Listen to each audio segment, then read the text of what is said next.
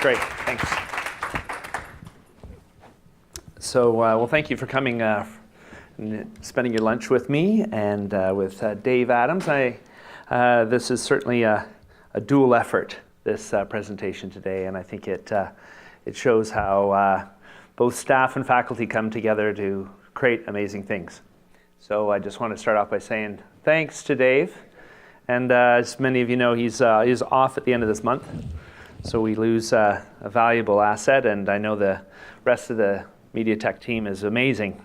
But what we experienced, Dave and I, last month when we traveled through Europe for 10 days together was really quite an amazing experience. And I know I used epic twice in my little description, and that I thought Jenny would catch my error there. But indeed, it was a pretty epic trip. And so we want to show some of those images to you today. And so we've put together a 10-minute piece, which will show to you essentially where we went, and to give you a little bit of a taste of some of the things some of the ideas, stories that we were dealing with there.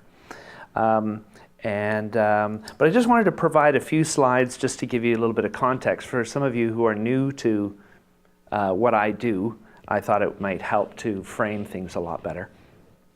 And I'll just start with this. I'm, of course, from a School of Tourism, and one of the key areas that I look at is that whole relationship between war remembrance, which is essentially where we're commemorating and we're recalling the past, landscapes, places we're visiting, and the whole thing of tourism, which is about how tourism manages sites, how tourism markets sites, and also the experience that tourists have when they go to these places.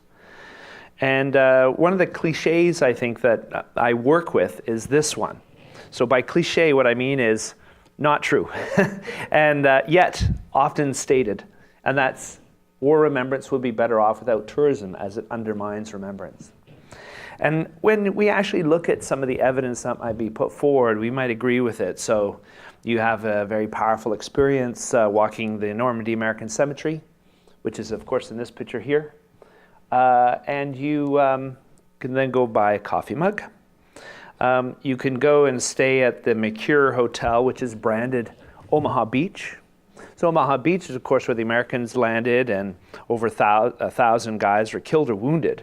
So it's a well-known name. It's an iconic name. So when hotels start using it as a branding tool, we get into very dangerous waters around commodification of memory, and particularly war memory. So we're using war for profit. So this is where the issue starts to come up. And it's manifested in a whole bunch of different ways. So this was a travel mart where tour operators, tour providers come together, and packages are organized and sold to the global market. And as you can see here, we're looking at a 4 million visitor industry when we look at remembrance tourism and battlefield tourism. So lots of people are going to just France alone to visit the battlefields and to experience the past. And we can also go to this place. Anyone know where this is? What language that is, first of all? I might give a hint. It's Polish, and it's Auschwitz, which some might argue is one of the major tourist attractions of Poland. But when we look at tourism from the perspective of a social phenomenon, so economic, we've just spoken about, from a social phenomenon, we see more and more people going there over the past 15 years. Why is that? Yeah, so it's about the generation, it's the survivors who are taking their families there and saying, you need to come here to Poland in order to understand who I am and what our family is about. So that's what I see when I see that graph. Others might say, wow, hotels are doing really well. But what we're seeing is these two pieces of what tourism is. It's both an economic and social phenomenon. So in that way, tourism is in a very interesting place, and tourism needs to be done well. You know, there's a bad tourism and there's a good tourism. And we have sustainable tourism and we have unsustainable forms of tourism. So it creeps into when we talk about war heritage. So one of the projects that I did and thank you again to the research department, to Karen Charlebois, who is active in the project, was the War Heritage Research Initiative, which you can actually go to the site, and Dave's just going to toggle over there, and you can actually drop down the menus to see, you can just hit that other one. There's 17 Second World War vignettes from across Canada. It's called War Memories Across Canada. So the whole idea was to go to a site and have local people tell that story. So we have 17 for the Second World War and 11 for the First World War. Because often when we think about Canada's war heritage, it's like, oh, so you're going to France, or you're going to Italy, or you're going to Hong Kong, or you're going to Belgium, or Holland. And so we don't necessarily think of this narrative existing within our country. And yet, of course, it does, in different ways. This is Bayou Ranch, a national park in Alberta, where Percheron horses were raised and sent off in the First World War. The Percheron breed was nearly wiped out in France, and the Alberta population was used actually to reestablish the Percheron breed in Europe. So that's a fascinating story. Just up the road, we have the William Head Institution, and we see the remains of the dock, which of course was part of the quarantine station, which from the 1880s to the 1930s or so, all ships had to pull in there. And it was the scene for the Chinese Labor Corps. Over 70,000 guys traveled through William Head, which is I think, I'm not sure the population of Victoria in 1915, but it wasn't very big. And yet we did not know that the Chinese Labor Corps were passing through because it was a secret mission. They were dropped off there. They took a boat to the mainland, and then they were put on locked trains to cross the country. Because of course the head tax of that day was to prevent more Chinese immigrants. And they were concerned, Prime Minister Borden was concerned that Chinese coming through Canada would be a major problem. So the racist policy of the day was to lock them in the train as they came across the country. Rigolet up in Labrador, we were there to talk to about a particular Innu named John Shiwak, who was fought with the Newfoundland Regiment and seen as a hero. So we were able to speak to their family and go to the original hunting grounds. Riding Mountain National Park is where the German POWs were kept, or at least some. There's several, it's about 150 camps actually in Canada. And this has an interesting story. Japanese-Canadian story, we can find it at Hastings Park in Vancouver, which is, we're commemorating 75 years since that trauma, where people were gathered off Salt Spring Island and Vancouver Island and across BC and herded into these red buildings before they were sent off to farms in the interior and into Alberta. So the stories go on, and they're all across. But what we're going to talk about today is a trip to Europe, which, and by epic road trip, we go from Paris to Caen, out to Brest, back to Paris, up to Lille, into Belgium, all in 10 days. And the journey is one thing, but the other dimension here was just the emotional power of this experience. You know, to go from a place, we went all out to Brest, to these two little villages, and on the first day we went to one cemetery because there's a link with one of the names on this memorial here, Robert Annett. So if you go into the Italian garden, there's about 15 names there. And Robert Annett was 19 years old when he was killed. He was 17 when he came to Royal Roads as an officer under training. And so he's 18 when he got on the ships, and was part of the tragedy that is known as the HMCS Athabascan, a ship that was torpedoed off the coast of Brittany, and over 130 lives were lost. And what is quite significant is that Robert Annett was the only guy on our memorial that's actually found on terra firma. All the other guys died at sea. So, and we kind of thought, well, is it really worth driving, you know, from a logistical perspective, it's going to be a 4-hour drive from Caen to go all the way out to Plouiscat to visit this grave site, you know, and it'll be significant for our story, Royal Road story, yet another name we know something about, right? We can tell Robert's story. But you know, we've got a lot to do. And we thought, no, it's worth going. We met online some local people that wanted to help us and tell that story. So there we went. And on day 2, we went to our second town called Brignogan. And the mayor met us in his red sash. You'll see him. And the color party met up with us, which is flags, Canadian flag and French flag. And we went off to, after a breakfast at the mayor's office, we went to the cemetery and then down by the water to have a full-on ceremony. And completely by surprise. So we were there with our pieces from John Stubbs Memorial School. So this is where the story kind of expands, because we have a link with Robert Annette. But in our community of Colwood, there's another link with John Stubbs Memorial School, who's the commanding officer of Athabascan. And he's buried just adjacent to Robert Annette. So there we are in France, coming from Colwood, talking about 2 big stories that really frame this community, right? An elementary school named after this 31-year-old commanding officer and the story that he offers. He went to Brentwood College.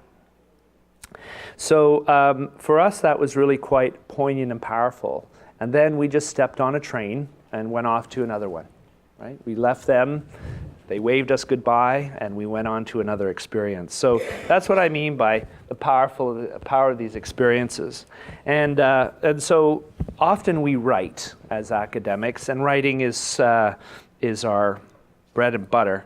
But what I've found is when you are able to film it and tell that narrative, and it's not necessarily narrate myself, but have local people narrate, it really provides a new experience for us to learn from. So far, about 15,000 people have viewed the website. And I can think of articles I've written where I haven't had 15,000 people read them. So that's exciting. So we're seeing a lot of high school students. We're seeing the general public pick up on these stories. And so behind the camera is Dave. And Dave was amazing, not only for his technical ability, but just for the discussion we had on our long car rides. And we certainly were able to look at a whole bunch of different ideas from different perspectives. So that was good. So to you, Dave, thank you. Yeah, that's where our per diems are going. Yeah. So the essence of what we're dealing with is this question is, do you remember well? And by this I mean, we often look at remembrance or commemoration as something we do on a November 11th. We go down, we have 2 minutes of silence, and then we get on with our day, right? We've respected the past. But there could be more that we do with this memory. And that was the genesis of part of what you'll see in this set. Towards the end, we focus on the Vimy commemoration, which was, of course, the 100th anniversary. And this photograph is the image of Mother Canada bereft, and she's looking down on a crypt. So we're actually on the memorial after the ceremony in this photograph. So we've done our commemorative duty, but really, for me, the power was the next day, April 10th, when we took this void space and we tried to answer this question. We have 10,000 Canadian students there. What should we do with them after they've commemorated at Vimy? Like, how do you take them from this idea of the war and the carnage of war and try to make sense of it, and then bring them to the 21st century and say, okay, now, and that's the next question. So my question was, okay, so now what are you going to do in this world? What's your call to action? There's a whole bunch of problems that we have in the world today. What are you doing? And so really, that's what this site was about. It was about learning about the past and thinking about issues in the present and future that we need to think about and solve. So that is a really interesting spin on remembrance. It's not just thinking about the past. It's about using it as a call to action for the future. So And I just wanted to point out, of course, that, and this is one of the issues we have to deal with, is Vimy Ridge is often discussed as the place where Canada was born, and the coming of age of the nation. There's been 2 books out recently about, one from Tim Cook, who's the historian at the War Museum, and he writes a book about history and legend of Vimy, and his whole issue is about, we've mythologized this place. And there's another book called The Vimy Myth that just came out, which questions the whole thing of Canada born in a battlefield. I mean, that's about death. How can you talk about birth when you have death? And so there was another guy named Noah Reichler, who some of you may know, and he basically said, when Canadians tell the story of the Battle of Vimy Ridge as a creation myth, they tell it in a manner that prompts complicity rather than outrage. Why outrage? Well, there was 10,000 Canadians that were killed or wounded over 3 days. So as much as there's moments of pride of what occurred, there's lots of questions as to why we look at that as something that we see as the birth of the nation. And it's not an easy one to cover in 2 seconds up here, that's for sure. But this is the context that I work in with the kind of research I do, because you can use heritage in a number of ways. You can use it as a good thing for present day purposes. You can also use it as a way to mythologize war and make people feel comfortable with it. And this is maybe an issue. So here I am with my professional learning group. I had superintendents and teachers on a bus, and I was giving them the tour. I was a tour guide. And I was with University of Toronto and this company called Education First Tours. And I was a consultant for them to think about that space. How do we fill that space, which you'll see in the video? And also, what should we do with these leaders, education leaders, when we talk about war heritage? So one of the things that was organized was, so that's one shot from the education forum that we'll see, but we actually had this guy show up on the morning of the commemoration. So this is Stephen Lewis, of course, and we had these students that had won various awards, plus the teachers and superintendents, and he spoke. And it was amazing to hear a guy like Stephen speak in that context, right? Because he basically said, never again was the cry after the First World War, and the war to end all wars. And yet we've had war after war after war since. And so he spoke to that, and his call to action to the students were issues around climate change, women's rights, children's rights, global health. Those were the 4 that he argued for. So there he was, using the backdrop of a 100-year commemorative anniversary about a battle that's fascinating to some, disturbing to others, used as an iconic heritage site in Canadian myth. And here's a guy saying, okay, now what's the call to action today? So it is really an interesting time when we look at heritage and commemoration and how we remember the past and what we use it for today. What else do I have before we jump into it? I think I'm going to leave it there. So we're going to walk through from the beginning of our 10-day journey right through, and we're just going to give you some snippets of what will ultimately be perhaps a hour-and-a-half piece. So this is about 10 minutes to just give you a taste of some of the issues that we face when we do this kind of research, and I open it up for questions afterwards.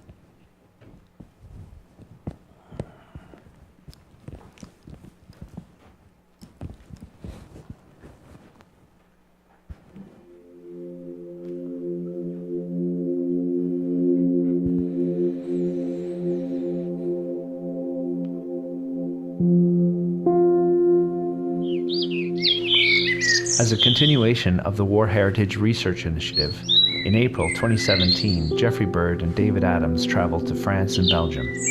This quick-cut video provides a visual overview of the sites of war memory, the power of place, and the stories told by Guardians of Remembrance. Our purpose is to explore remembrance in the 21st century, and the interactions between history, place, commemoration, and tourism. The intended impact of this research is to provide a deeper level of awareness as to what is happening in these landscapes of war, what messages and meanings are drawn from this history. Vimy is one of 2 Canadian war cemeteries in Normandy, known to many as the site where D-Day occurred on June 6, 1944. Less known are the 80 days of battle that followed, stories that nevertheless stay alive in Norman villages and fields. One such place is the small village of Oti, where 37 Canadian prisoners of war were executed by the Nazis. Our work involves a local battlefield guide named Sean Claxton. Juno Beach Centre stands as a hub for Canada's war narrative in Normandy. The challenge for management is to remain relevant to their audience in the ways they teach and interpret the past. With any historical site, there's always this notion of getting a sense of space and also getting it to relate to the essence of a site. Our next destination was the Brittany coast, 4 hours west of Caen. We are here to pay respects to over 60 Canadian sailors buried at villages of Plouescat and Brignogan, killed in April 1944. Donc John Stubb, voilà. Je me permets d'avoir un instant de recueillement.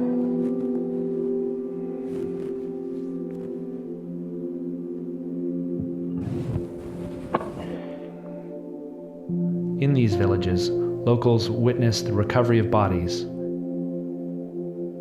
and others have made a lifelong commitment to keep this important Canadian history alive.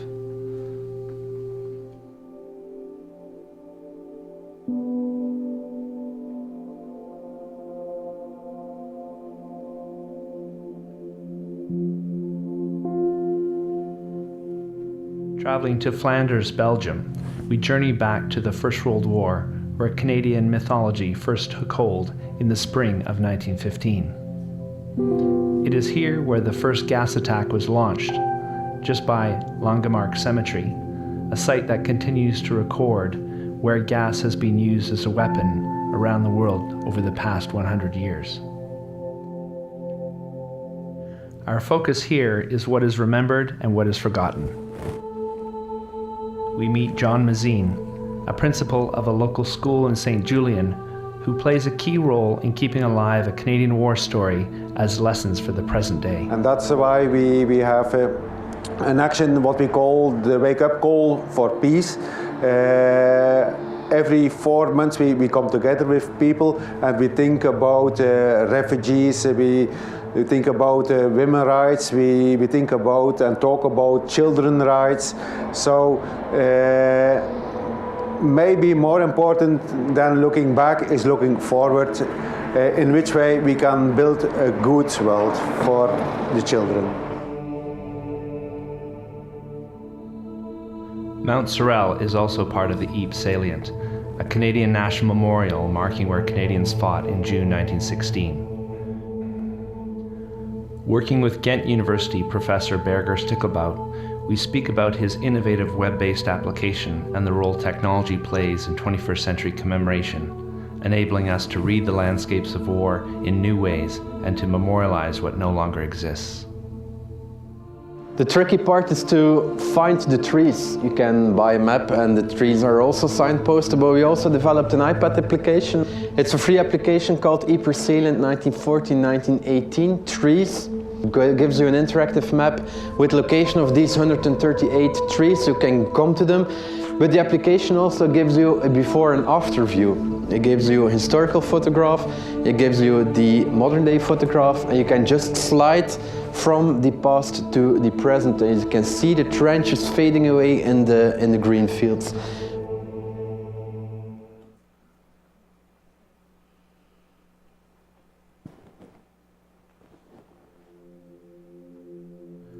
The 100th anniversary of the Battle of Vimy Ridge was a nationally significant commemoration, involving over 25,000 Canadians, including 10,000 high school students. Surrounding the commemoration was the ongoing debate on the mythology of war and its significance in nation building. Commemoration and tourism are now part of this discourse, with sites such as Vimy framing how we view Canada's place in the world. But what do we do once we have commemorated? What is our responsibility in the 21st century?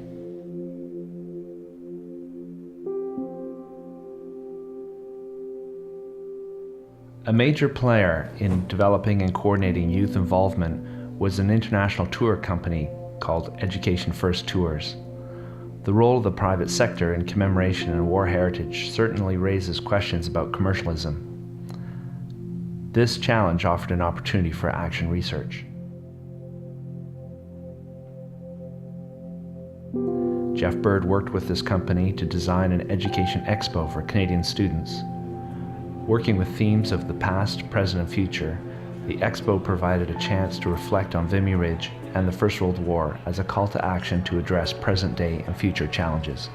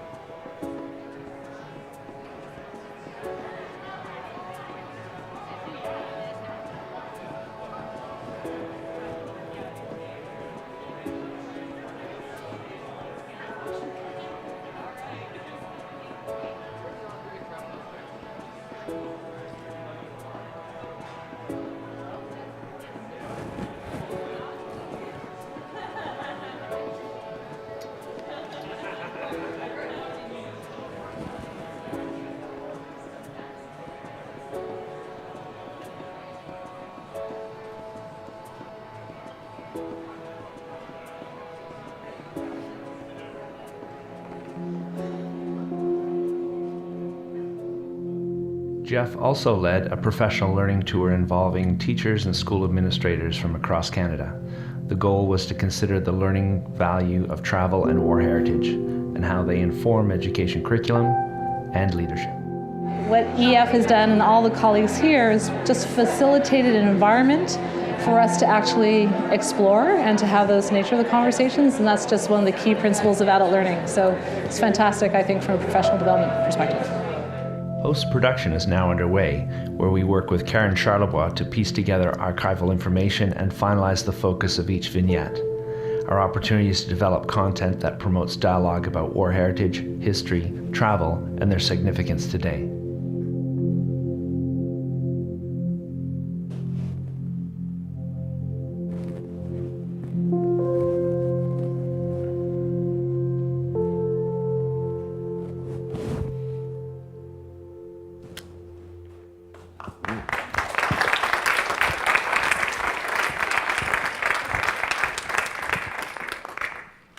So Dave and I put that together, mostly Dave, over the past 3-4 days.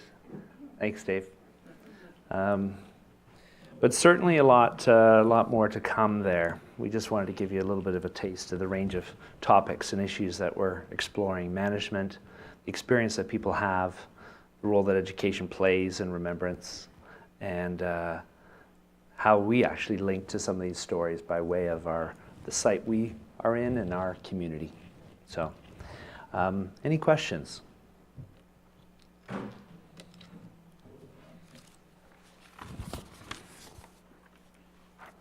could rattle on a bit more if you want. Geoff and Dave, I was really pleased to hear you say and acknowledge the emotional journey that being part of something like this. And I'm wondering how you're both, to just see even that snippet of the power of, being involved in organizing something like that, but then experiencing the road trip. How do you come back and just sort of re-enter your real life? And what do you do with that experience? Come on up here, Dave. Do you want to?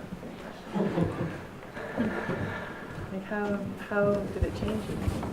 Bury yourself in work. It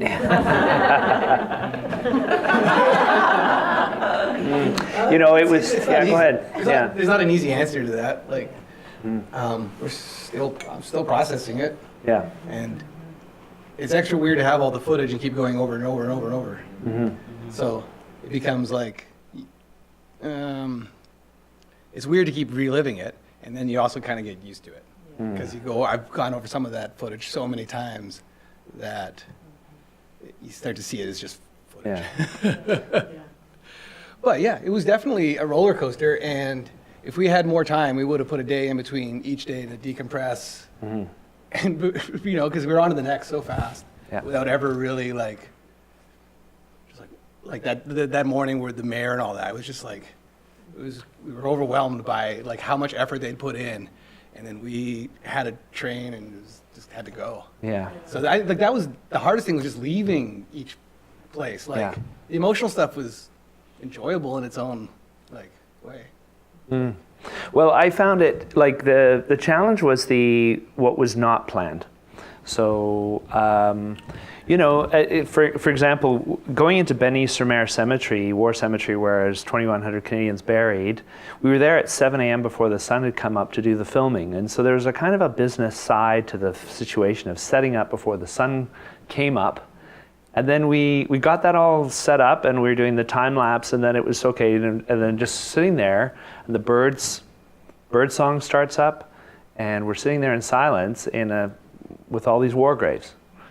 And it's those kinds of things that I think you kind of are left to your own thoughts and reflections, and where they go is kind of up to the next moment. And so, for example, when we were in the small villages, we met the woman I was speaking to in the street was there when the bodies came ashore.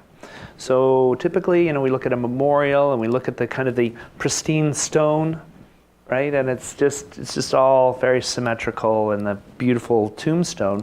But then you speak to a woman. We spoke to two women who were 16, 17 years old the day the bodies came ashore.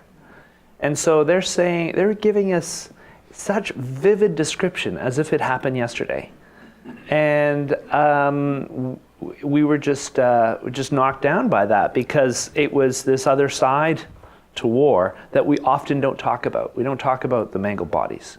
And, and for them, it's just the recounting of that story, which is so far away. We memorialize it with the school. They recount the day the bodies came ashore. So those kinds of things are powerful. And all these things are happening, and of course the saddest part for me was hearing about Melody when I was away. So that was a tough time, because I had to step into being a guide when I had heard the sad news here. So there I was in the battlefields talking about topics that you have to be pretty on the game and focused to talk about it, and at the same time thinking about what was happening here at home. So there's those kinds of things, and I think that's that whole thing of co-construction of meaning, right? We bring in our own values and experiences and what's happening in our lives, and then we drop ourselves into some setting, right? And we're trying to compose ideas between this interplay between the landscape and how you're feeling, what you're thinking about, what you know, what you don't know. So. Geoff, if I could just add that, from the historical point of view, what the photos that I give Geoff are, I don't know, they're not, he doesn't see everything. but I've seen, you know, photograph after photograph after photograph after photograph of crematoria and things like that. And so, you know, it's a good thing that I get a lot of exercise, you know, because it can be really, really overwhelming. And then, you know, you have to make a decision about what kind of photographs you're going to include and what kind of photographs you're not going to include. So, you know, are we going to, how many photographs of dead horses? You know, and that was a big discussion. The last, the first World War. So those kinds of things are, that's tough. Can you say something about the kids and their engagement and what, you know, what came from that you could take away with you early days after their engagement? What was going on for them about their future, their contribution? Yeah. There's two groups of kids. There's the kids in Belgium. We go to the school, the principal. We did filming outside the school gate and then inside. And there were no children there that day, but they're living in a battlefield, right? And so we went one day actually, and the farmers were essentially fertilizing the field. And I just thought, well, we can't use this, we can't film now because we've got a tractor. And it just wasn't. And Dave was like, no, this is the field being put to good use. It's producing food for us to live by, right? And so there's all these things that as a foreigner we're seeing and we're debating, and yet the kids are living there every day and they're interacting with bunkers and they explore these tunnels and old trenches and stuff. So that is a group of people that are holding the memory and working with it and thinking about the present day and dealing with Syrian refugees and their community and things like that. And then there's the Canadian students, which I did a paper on the 2007 Vimy pilgrimage, and there was a whole thing of the soundscape back then and how people really interacted with the landscape, and found it a very emotionally resonant and powerful experience for them, where you know, it's always that attempt to, in conclusion, we'll rationalize this feeling or this emotion by saying this. And some of them are just running for years. I tried to contact some of them 8 years after the commemoration. So what was that about? You know, the experience you had, how's it affected your life? And some were able to see a pattern and how it influenced them and how they've decided to change the way they live their life. So with this link I have with these teachers and superintendents, we're going to continue that discussion and talk to those students about how this affected them. As is EF Tours, which I must say is an amazing company for having the vision and foresight to see the benefit to curriculum and the benefit to students and the way to engage, and to hire University of Toronto. And me, I was consulting on that expo site, you know, to really try to do it the best way possible, because the Canadian government had not the resources to do it. So that's where the research will go next, is how this has impacted people, and then what have they done in their lives. That was actually a postcard that we created, was, you know, give yourself a promise of something you're going to do when you go home. Fill it out, and then we're mailing it to them. So there's that whole thing of post-trip having these pieces of paper come in the door saying, remember when, and what you said to yourself, right? Thank you both for doing important work. Thank you. Did you want to add anything? Or do you? Not on that. No. Okay. That's good. Any other question? Pedro. I want to echo the words of congratulations to the two of you. This is really fantastic. Thank you for sharing. I want to expand on the previous question about the kids. Could you tell us more about your thoughts into the design of that pavilion where you consulted? Share with us the creative process that was not only about making it meaningful, but making it honorable. Yeah. They approached a number of different groups, and we were all to write concept papers as to what pieces we thought that should be in there. So, and then they brought them together, synthesized it, and handed it over to a designer, and then came back to each of us to say, this is what we're thinking of doing, does this work? So for example, one of the ideas was, I was saying with John McCrae's poem, it's to you we throw the torch, be yours to hold it high, which back then was a call to arms. And I was saying, well, why don't we use that as a call to action? And so we could have a section called The Torch. So people could basically look at development issues, social issues, health issues, and those kinds of things, and look at ways to solve them. Other people were grappling with what should we learn from the past, right? So it was past, present, and future were the kind of the evolutionary themes across that floor. And so, for example, we had reenactors come in from England, and they were basically talking about their gear and life in the trenches. So that kind of, you know, the power of someone actually who knows and conversant with the uniform and all that kind of history. We had Canadian Geographic there with a massive map.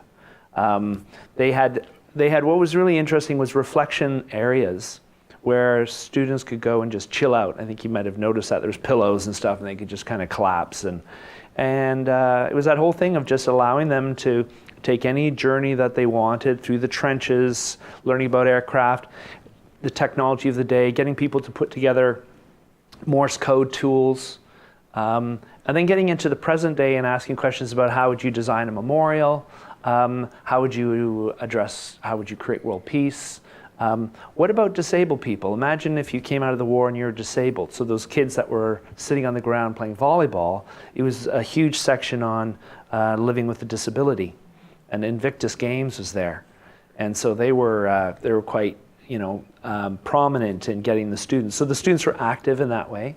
And then there's areas where people had to be blindfolded. Do you want to explain that one? Because you watched that for a while. Yeah, there was the empathy pavilion, Yeah. empathy training pavilion, Yeah.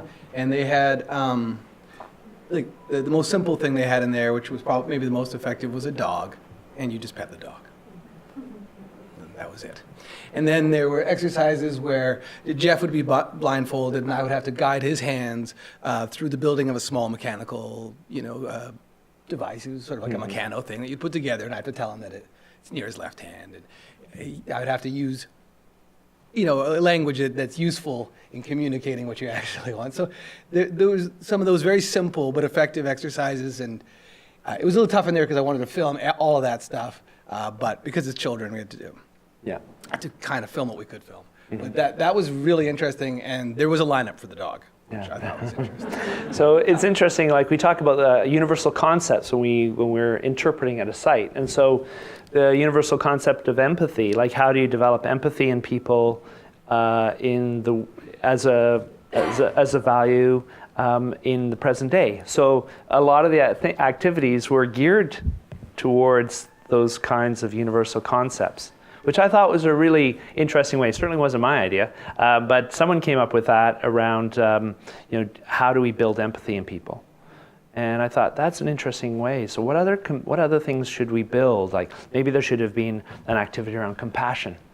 Maybe there should be one around knowledge and understanding. Right? So, and it just generates the mind. So, okay, so now what would that look like? Would it be a lecture format? No. So the whole thing was to actually have some kind of hands-on activity to engage youth. And if you think about the first day, and as much as it was a powerful day, they were there at 9 a.m. The event didn't start till 4. They came and they're super charged up, and by 4, some of them couldn't even get off the ground. They were literally just like flat out tired. And then the buses didn't leave until about 7. So from a learning experience, the actual commemoration didn't hold that promise. It was the next day when they could sit back, they could eat, they could talk with their friends, they could walk through very cool exhibits. I had a few of my videos going, but really it was the things where they could sit and reflect and engage in something tactile that I thought was most beneficial to the students. Yeah.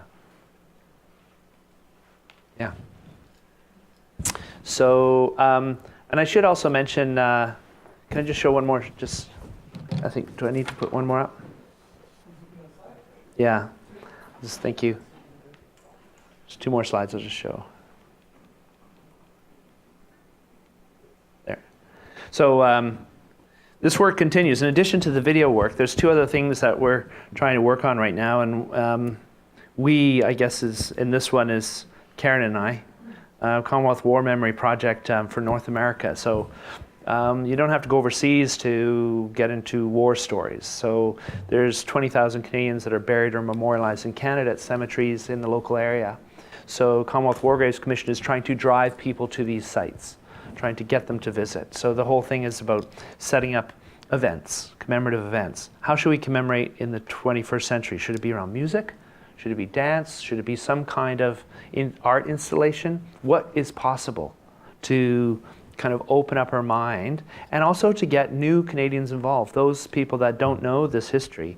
So that's the challenge of that particular project, and we're hoping to get some money from Canadian Heritage.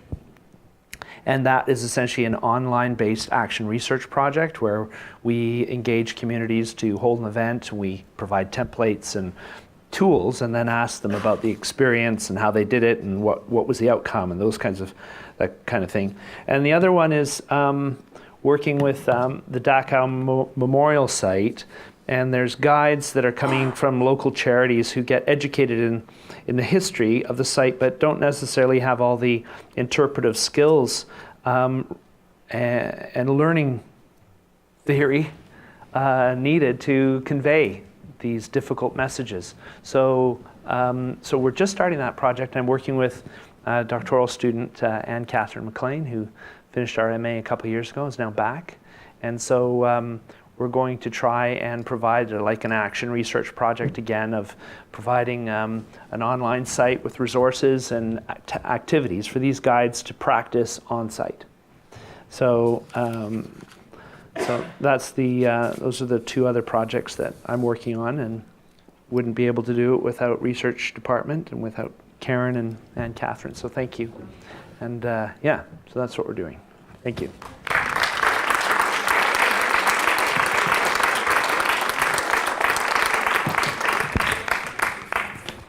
So I wish you well. If you have any questions, come up to me afterwards.